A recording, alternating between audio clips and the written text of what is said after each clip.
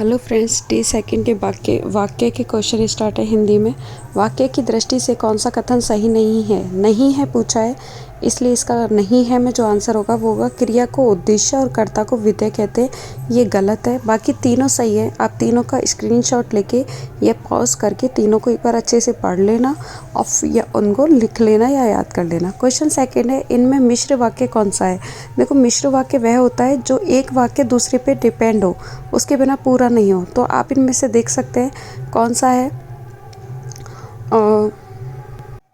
प्रधान अध्यापक जी ने कहा कि कल विद्यालय बंद रहेगा, यही मिश्र वाक्य है, क्योंकि प्रधान अध्यापक जी ने कहा, क्या कहा कि कल विद्यालय बंद रहेगा। क्वेश्चन थर्ड है, व्याकरण की दृष्टि से कौन सा वाक्य सही नहीं है।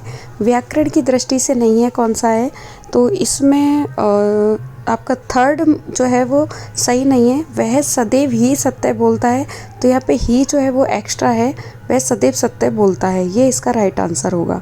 ठीक है। नेक्स्ट आपका क्वेश्चन नंबर 4 है, व्याकरण की दृष्टि से कौन सा वाक्य सही है। ये नहीं है और है का बहुत ज़्यादा ध्यान रखना। तो इसमें कौन सा वाक्य सही है। बीमारी के कारण वह उपस्थित नहीं हो सका, सिर्फ एक यही सही है, बाकी सब में कुछ ना कुछ एक्स्ट्रा लगाया हुआ है। जैसे लास्ट वाले में जबकि लगा दिया है, जबकि की होना चाहिए।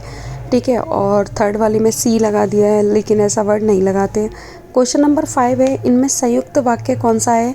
संयुक्त वाक्य वे होते हैं जो अलग अलग करने पे भी अपना अर्थ चेंज नहीं करते, उन पर कोई प्रभाव नहीं पड़ता। जैसे दरवाज़ा खुला रह गया और अतः चोर घर में घुस गए। अगर इनको अलग करें तो कोई फ़र्क नहीं पड़ेगा, दरवाज़ा खुला रह गया, दूसरा चोर घर में घुस गए। ठीक है। तो संयुक्त वाक्य वो होते हैं जो अलग करने पे भी इंडिपेंडेंट होते हैं। क्वेश्चन 6 है, इनमें वाक्य रचना से संबंधित कौन सा कथन सही नहीं है।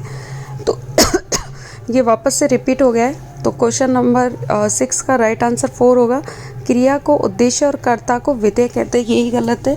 बाकी तीनों सही है। सार्थक शब्द समूह को वाक्य कहते हैं। वाक्य में कर्ता क्रिया का महत्वपूर्ण स्थान है। उद्देश्य और विधेय वाक्य का अर्थ निकालते हैं। क्वेश्चन 7 है, इनमें सरल वाक्य कौन सा है। सरल वाक्य वो होता है जिसमें ना तो संयुक्त होता है ना मिश्रित होता है, सिंपल सेंटेंस होता है। उसने राम और श्याम को जाते हुए देखा, इसमें कोई भी कुछ मिश्रित संयुक्त वाक्य नहीं है।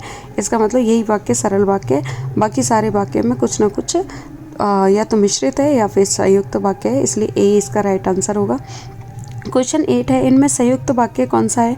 मैंने अभी जस्ट बताया, जिसका दोनों को अलग करने पर कोई प्रभाव ना पड़े वो संयुक्त वाक्य। मैं आगे बढ़ गया और वह पीछे रह गया, तो अगर अलग करे तो मैं आगे बढ़ गया, वह पीछे रह गया, इससे किसी पे प्रभाव नहीं पड़ रहा है, इसलिए सी इसका राइट आंसर होगा। ऐसे ही वाक्य को संयुक्त वाक्य कहते हैं। ठीक है। क्वेश्चन नंबर 9 है, इनमें मिश्र वाक्य कौन सा है। मिश्र वाक्य में एक दूसरे पर प्रभाव पड़ता है, तो इसमें होगा मैं जानता हूँ कि वह घर चला गया। मैं जानता हूँ, क्या जानता हूँ कि वह घर चला गया है। ठीक है। तो इसका एक सेंटेंस इंडिपेंडेंट नहीं बन पा रहा है, इसलिए यही मिश्र वाक्य होगा। तो बी इसका राइट आंसर होगा। बहुत इजी है संयुक्त वाक्य मिश्रित वाक्य को छांटना, और ये बहुत क्वेश्चन में आती भी है। क्वेश्चन 10 है, इनमें आज्ञार्थक वाक्य कौन सा है। आज्ञार्थक वो होता है या तो जिसमें आप आज्ञा दे रहे हो या कोई सजेशन दे रहे हो, तो वो आज्ञार्थक वाक्य होता है।